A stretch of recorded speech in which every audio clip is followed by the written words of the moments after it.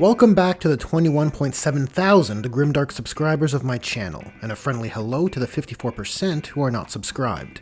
Yeesh, that's dropped quite a bit from last time. It seems the gut reaction to my female Custodes video gave quite the hit to my subscriber count, which admittedly stung a bit. But upon thinking on it, the video shared inverse reasons.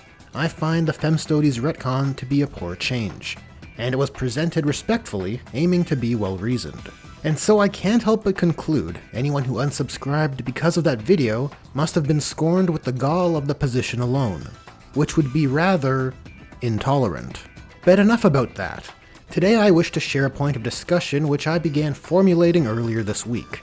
You see, there's been a creeping issue within Warhammer 40k, which has resulted in an interesting arc for myself and my stance on the hobby.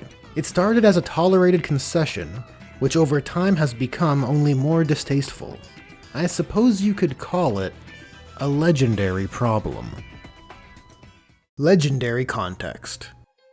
Earlier this week, Wednesday if I recall correctly, Orc fans were graced with the news that all Orc Forge World models have been moved into Legends, with the exception of the Gargantuan Squigoth. This is a bummer to hear, as there are quite a few Orc models from Forge World which are adored and have a classic association, models which are now likely not to be seen. For clarity I'll specify. Legends are a classification of models and units which GW specifies are not going to receive rules updates and changes throughout an edition, and they are additionally not recommended for organized tournament play. This in turn discourages their use among the general player base, as the competitive organized play lens for 40k has only grown more popular. People simply want to know, what are the good combos, what are the efficient units to run, what factions are at the top, what is the new meta.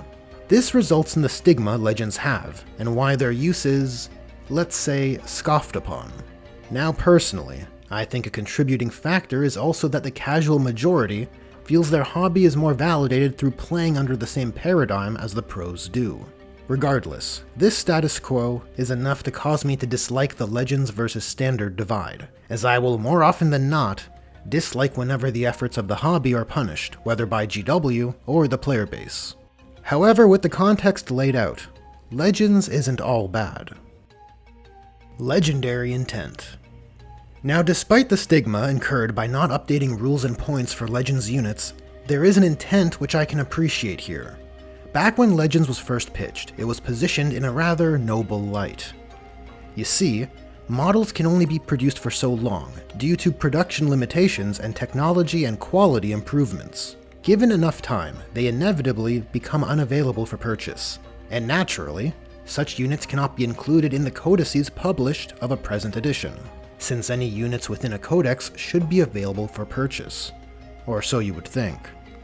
But don't fret, because GW has you covered, as you will forever be able to unleash your models on the tabletop through Warhammer Legends. Except that isn't always the case, and two egregious exceptions come to mind. The first of which is if that model you wish to unleash is a named character produced by Forge World, sorry. No glory for you. This is the Legendary Units PDF for 10th edition. It lists a catalog of models which do not have Legends support, and instead offers units for those models to count as, should you wish to use them. Now this is all well and good for a DX4 technical drone, but for Chapter Master Gabriel Angelos of the popular Bloodravens chapter, and many others, it's rather off-putting. And speaking personally, to have Brearth Ashmantle, the named venerable ironclad dreadnought character of the Salamanders, a character within a dreadnought chassis forged by Vulcan, and serves as a symbolic connection to the Salamander's Primarch, to be relegated to count as a regular dreadnought, is quite a shame to say the least. And the second exception which comes to mind is if GW simply doesn't want to support your units with Legends rules. For instance, let's say you built a World Eater's army using the Chaos Space Marines Codex from 8th edition. Because you would have to. That is where the World Eater's rules were located in 8th edition. But then 9th edition rolls around, and GW decides to make the World Eaters a little extra special. They give the World Eaters their own unique codex. which includes for the World Eaters a few unique units, but which is lacking, let's say, 60% of the models you have purchased, built, and painted for your World Eaters army over the last edition.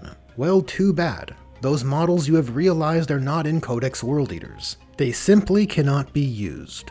In case it isn't clear, there are no Legends rules for this World Eaters army. That is the lay of the land as it relates to Warhammer Legends, but it wasn't always this way. Unintended Consequences. If memory serves, Legends wasn't a thing until 8th edition. Before that, all units for an army were found across that faction's codex and the Forge World Armor Index. For the longest time, I would look at the 40k rule space and see bonkers abilities and stats, and points which were absolutely absurd, where you would look at Unit A and Unit B and struggle to comprehend how such a ruling was made. I couldn't help but conclude things could be better. If only GW would make regular rules updates to the game to remedy the issues of what I deemed were half-cooked rules. I would look at games like League of Legends with its frequent patches and updates and think that paradigm would be far better. And would you know it, jumping to the present, here we are. 40k uses a rule set which receives multiple rules updates and points adjustments, like we have just received this past week. And thankfully, those updates are now free, unlike 8th edition's chapter-approved books, which paved the way for post-codex points updates. Which certainly makes you think. Indeed, it seems mid-edition points adjustments began in 8th edition, which is also when the Legends classification began. These two changes to the state of play, for me, became difficult to not correlate, because of course, they would have to be related. If you're setting out to regularly update points and rules, you are going to need to segregate the models and units which receive those updates. As of course, you don't want to create a precedent where tournament players are seeking models which are no longer obtainable. And while I do feel the hobby has lost the scratch-building, creative, wholesome quality it once had, that understandably isn't a door you want to leave open in a tournament environment. And that brings us to my revelation, so to speak. That Legends datasheets and legendary units, that the Legends versus Standard divide, are a direct consequence of seeking and changing 40k to a more competitively balanced, regularly updated game system. This struck a nerve with me, and brought on feelings of, Yeah, but your scientists were so preoccupied with whether or not they didn't stop to think if they should. Admittedly, my framing here is biased, as I care little for the 40k tournament scene, and obviously Legends could be better handled. Addressing the two failings I spoke to earlier would be a good start, as would updating Legends units for the casual majority, while still restricting them for play in the competitive tournament minority. I found this topic to be quite interesting, and so I'll leave you with a question. What do you prefer? Our present timeline where legacy collections are discouraged for play due to lack of updates, but where we receive points and rules updates throughout the edition? Or the timeline where all of your units are valid for play, and where your codex and the rules within are respected, but never change until a new edition rolls over? Well, that's a wrap on this one. If you enjoyed this video, there are buttons for liking, sharing, and subscribing. Thanks for watching, and a special thanks to Julius Maximus, as well as my other generous patrons and channel members. Perhaps I'm just slow to the revelation, that this is a conclusion you've already come to. Or maybe you disagree. Let me know in the comments. Anyways, thanks again for watching, and I'll catch you in the next one.